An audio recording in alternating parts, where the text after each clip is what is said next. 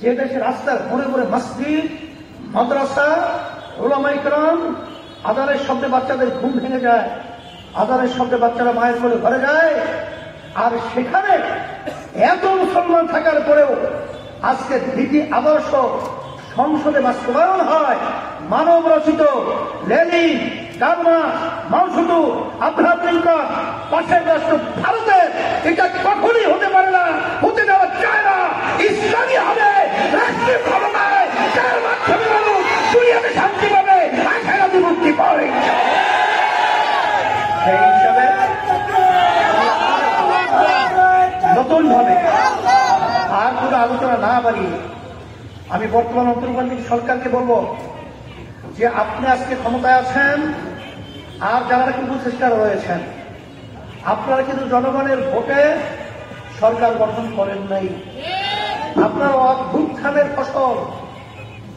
আমরা বারবার বলেছি যে স্বাধীনতার পরে এত জনগণের সমর্থন নিয়ে কোন সরকার দেশ পরিচালনা বিগত দিনে করে নাই।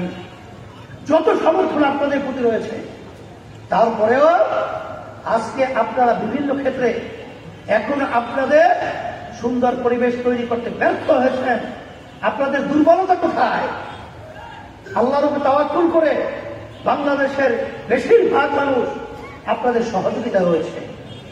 সেখানে বিতর্কিত নারী সংস্কার, সেখানে আপনি অন্যান্য কমিশনগুলো, সেখানে প্রস্তাবের পরে রাজনৈতিক দলদের কাছে এরা আলোচনা পর্যালোচনা করে দেওয়া হয়েছে, কিন্তু নারী সংস্কারের নীতি সে ব্যাপারে কোনো কাউকে না দেখিয়ে গোপনে এটা আপনি পাশ করবেন, আর এটা বাংলাদেশের মানুষ, ওলামায়ে কেরাম এবং ধর্মভীরুতারা মেনে নেবে।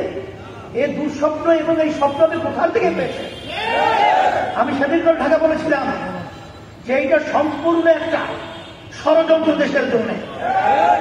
আজকে আপনাদের বিরুদ্ধে একটা ষড়যন্ত্র গভীর, কারণ এত বড় সাহস আজ পর্যন্ত 53 বছর কোন সরকার পায় নাই, এবং যে সংস্কারের জন্য প্রস্তাব করা হয়েছে তামাম দুনিয়ার মধ্যে কোথাও এরকম নগ্ন, এরকম অমানুষিক আর অমানবিক আর ধর্ম বিরোধী এরকম কোন প্রস্তাব নারী নীতি বলেন যা বলেন তামাম দুনিয়ার কোথাও নাই।